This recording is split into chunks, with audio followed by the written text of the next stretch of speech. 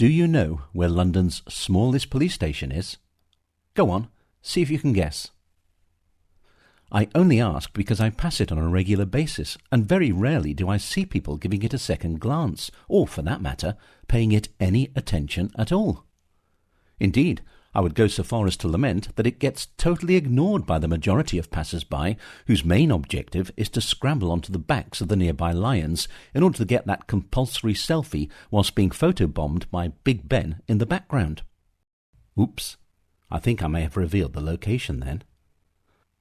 Since, if the mention of lions and Big Ben hasn't given the game away, this view of its locality almost certainly will, so please allow me to reveal that the smallest police station in London is situated at the southeast corner of Trafalgar Square, a place that tourists simply must visit. Celebrations and concerts must be held, and protesters must gather in their thousands, despite the frequent and fervent attempts at discouragement by successive governments who simply must stop them doing so. Trafalgar Square opened to the public in 1844 and was intended as a commemoration of Admiral Nelson's great victory over the French Navy at the Battle of Trafalgar in 1805. That's why Admiral Horatio Lord Nelson stands proudly atop the stone column that rises heavenwards from the plinth between the aforementioned lions. It was this victory that enabled Britannia to, quite literally, rule the waves for a time, and which made our sceptred isles safe from external invasion for the first time in what was for many people living memory.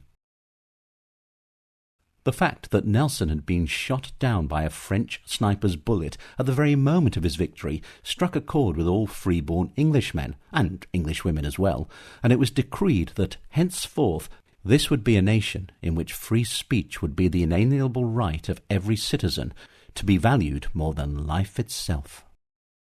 All would be equal in the eyes of the law, although, as it soon transpired, some were to be more equal than others.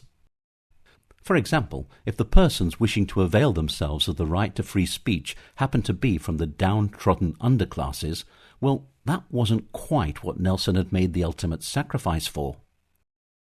The problem for the Victorian authorities was that in the latter years of the 19th century, the downtrodden masses had started to display an extremely worrying tendency to protest against their downtroddenness, and were being egged on by lily-livered liberal socialists whose ulterior motives could only be guessed at.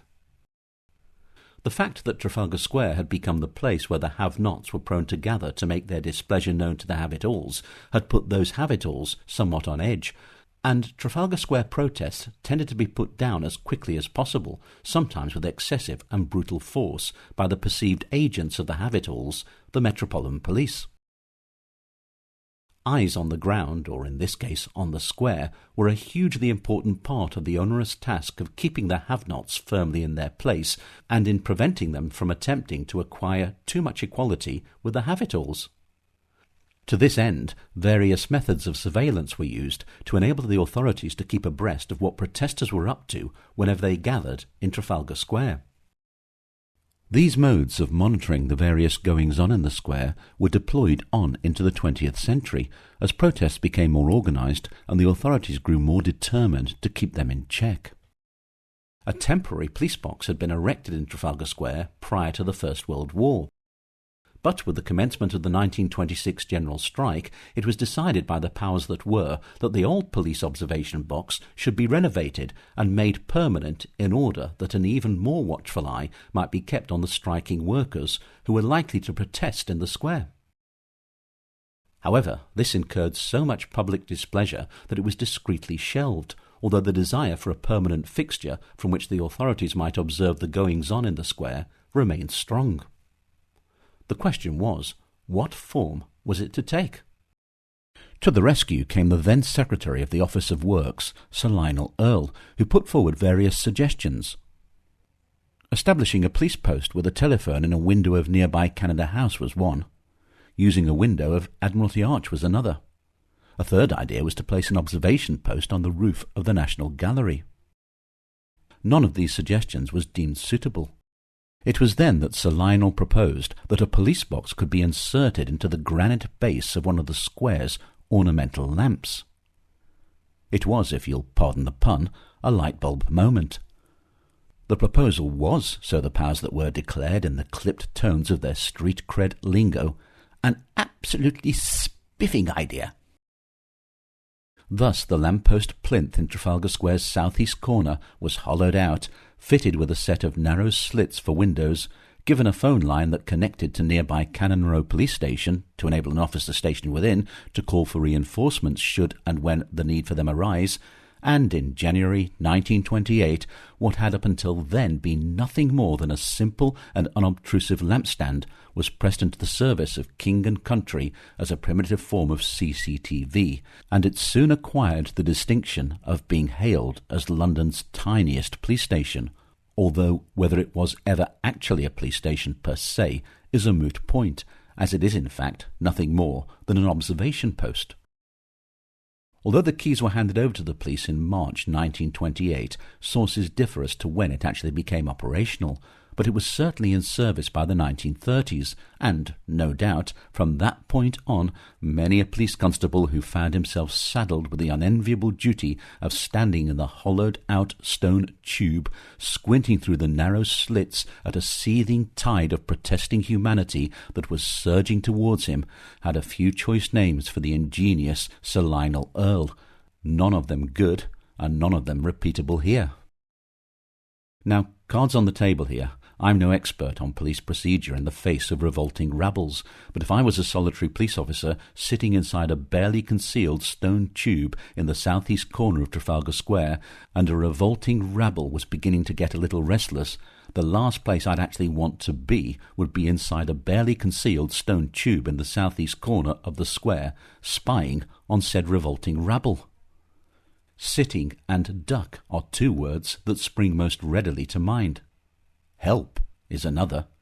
Bring clean underwear are yet another three. The ornamental light that surmounts the box was long reputed, and according to some guides and books still is reputed, to have come from Nelson's flagship HMS Victory, although in truth there is no truth to this colourful tradition. But it's a good yarn nonetheless. However, the light did serve a useful purpose. In the 1930s, it was converted from gas to electricity and was connected to the phone inside the post. Thereafter, should the policeman on duty be out in the square and the phone should begin to ring, the light would flash on and off to alert him that he had a phone call. Ingenious!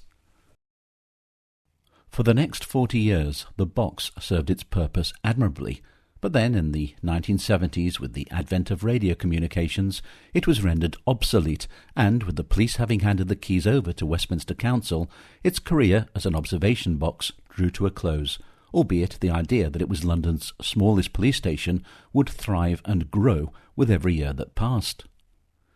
So if the desire to visit what is supposedly London's smallest police station should ever take your fancy, you now know where to find it.